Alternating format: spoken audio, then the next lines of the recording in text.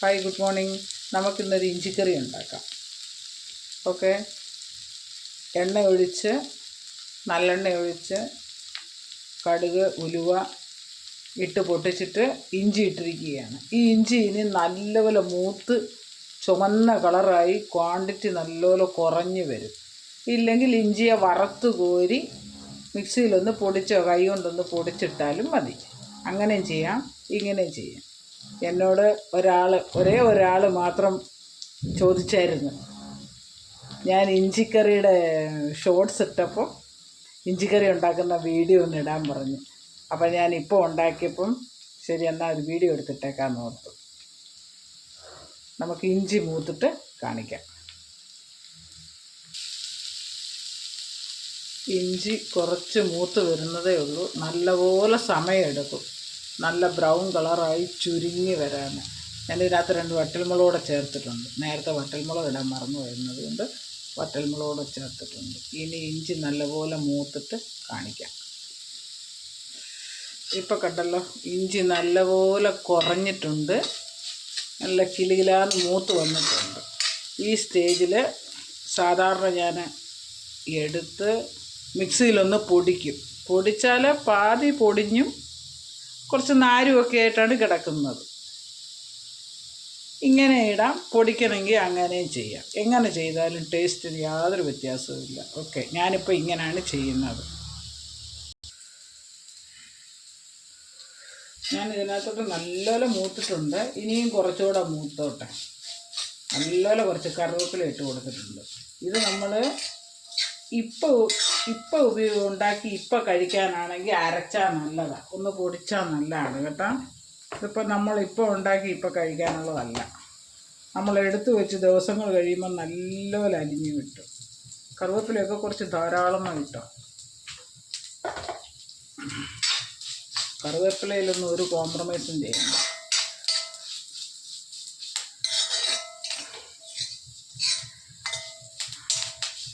ഇപ്പം നല്ലൊരു ഇഞ്ചി മൂത്തിട്ടുണ്ട്. ഇനി നമുക്ക് ഇഞ്ചിയിൽ ഈ സ്റ്റേജിലോട്ട് ഉപ്പിട്ട് കൊടുക്കാം. കല്ലുപ്പാണ് ഇടേണ്ടത്.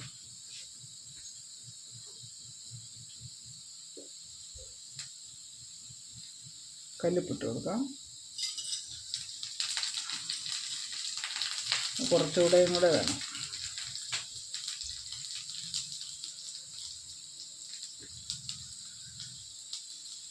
കുറച്ച് ഇട്ട് കൊടുത്തിട്ടുണ്ട്. ഇഞ്ചിയുടെ എരിവും വാളംപുളിയും എല്ലാം ഇറങ്ങുമ്പോൾ കറക്റ്റായിരിക്കും ഉപ്പ്. കുറച്ച് കഴിഞ്ഞ് കാണിക്കാം. ഇഞ്ചി നല്ലോണം മൂത്തിട്ടുണ്ട്. നല്ലോണം വെച്ചാൽ നല്ല കിലുകിലാന്ന് മൂത്തിട്ടുണ്ട്. ഈ സമയമാണ് നമ്മൾ പൊടിക്കുന്ന കാര്യം ഞാൻ പറഞ്ഞത്. കണ്ടല്ലോ, ഇഞ്ചി ഞാൻ പൊടിയായിട്ട് അരിഞ്ഞത്. കറിവേപ്പിലയൊക്കെ നല്ല കിലുകിലാന്നുള്ള ശബ്ദമുണ്ട്. ഇനി നമുക്ക് ഇതിനകത്തൊരു പൊടികൾ ചേർത്ത് കൊടുക്കാം. ഇരുമ്പിൻ്റെ ചീനച്ചട്ടിയൊക്കെ ആയതുകൊണ്ട് നല്ലപോലെ ചൂടാണ്. മഞ്ഞൾപ്പൊടി ഇട്ട് കൊടുക്കാം. ആരോഗ്യത്തിന് നല്ല ഒരു കറിയാണ്.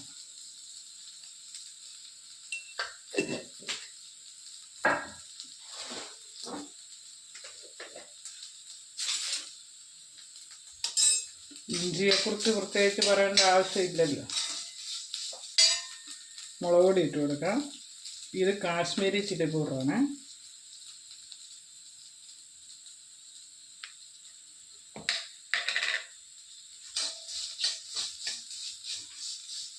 രണ്ട് സ്പൂണ് കാശ്മീരി ചില്ലി പൗഡർ ഇട്ടിട്ടുണ്ട്.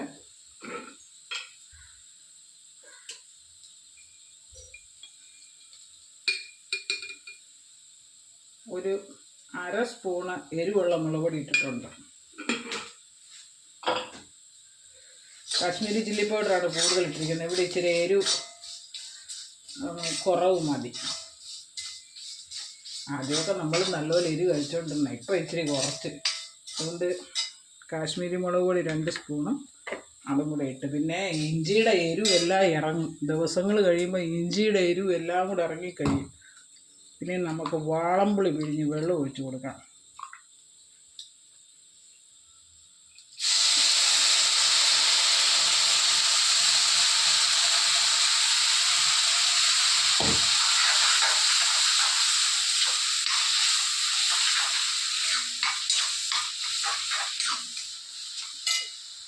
ഇത്രയും പുളിവെള്ളം പോരാ, ഇനിയും ഒഴിക്കണം.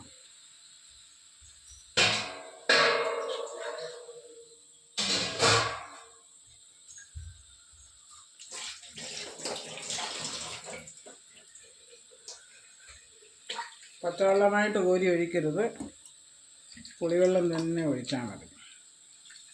ഈ പുളിവെള്ളത്തിൽ കിടന്ന് ഇഞ്ചി വെന്ത് നമ്മുടെ വിരലെ തൊടുന്ന സ്റ്റേജാവും. അപ്പം നമുക്ക് നിർത്താം.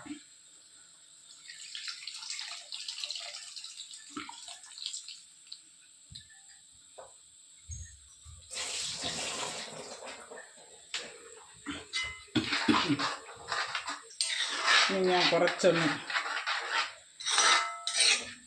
ഇടക്കട്ടെ. ഉപ്പൊന്നും ഇപ്പം നോക്കണ്ട, ചൂടൊക്കെ തിളച്ച് കഴിഞ്ഞിട്ട് നമുക്ക് നോക്കാം.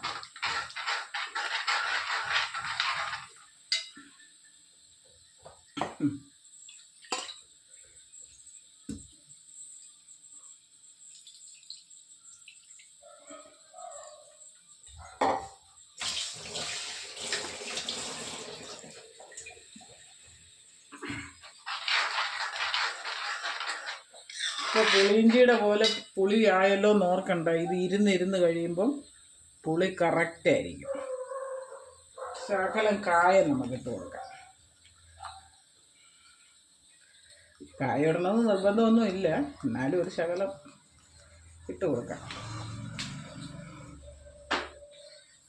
നല്ലോണം തിളക്കട്ടെ.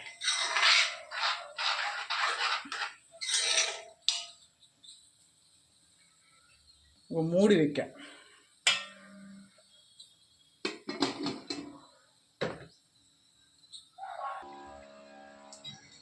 ഞാൻ ഇടയ്ക്ക് 2-3 പ്രാവശ്യം തുറന്ന് നോക്കിയായിരുന്നേ. പുളിവെള്ളമൊക്കെ നല്ലപോലെ പറ്റിയിട്ടുണ്ട്. ഉണ്ടല്ലോ.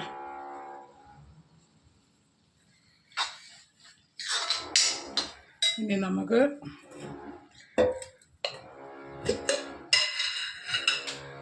ടേസ്റ്റ് ബാലൻസ് ചെയ്യാൻ മാത്രം 1 സ്പൂൺ ശർക്കര ഒഴിക്കാം. ഞാൻ ശർക്കര അരിച്ച് ഇങ്ങനെ എടുത്ത് വെച്ചേക്കും.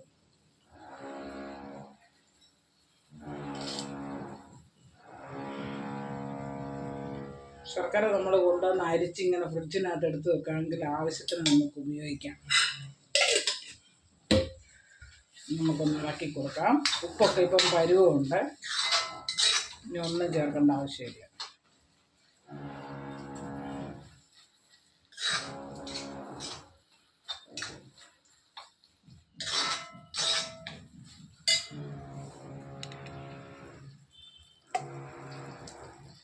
ഉണ്ടല്ലോ. 2 മിനിറ്റോടെ വെച്ചിട്ട് നമുക്ക് ഓഫ് ചെയ്യാം.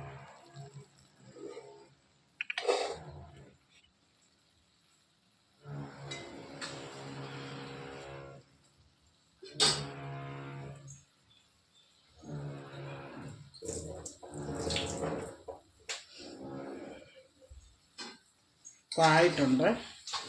നമ്മൾ അധിക സമയം ഇരുമ്പിൻ്റെ ചീനച്ചട്ടി വെക്കണ്ട, പുളി ചേർത്തിട്ടുള്ളത് കൊണ്ട് ആറിയിട്ട് നല്ല ചില്ല് ബോട്ടിലിനകത്ത് ഇട്ട് വയ്ക്കാം. എല്ലാവർക്കും എൻ്റെ ചാനൽ ഇഷ്ടപ്പെടുവാണെങ്കിൽ ഒന്ന് സബ്സ്ക്രൈബ് ചെയ്ത് സപ്പോർട്ട് ചെയ്യണേ. Thank you.